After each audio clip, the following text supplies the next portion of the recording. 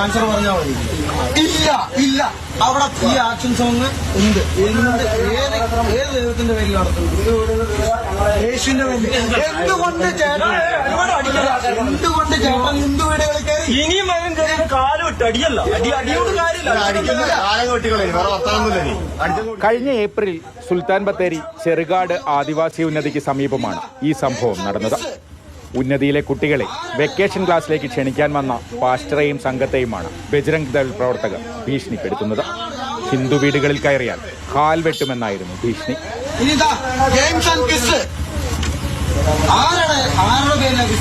ചോദ്യങ്ങൾ ചോദിക്കുന്നത്, ഈ ചോദ്യങ്ങൾ നിങ്ങൾ ഇതിൽ നിന്നാണ് ചോദിക്കുന്നത്.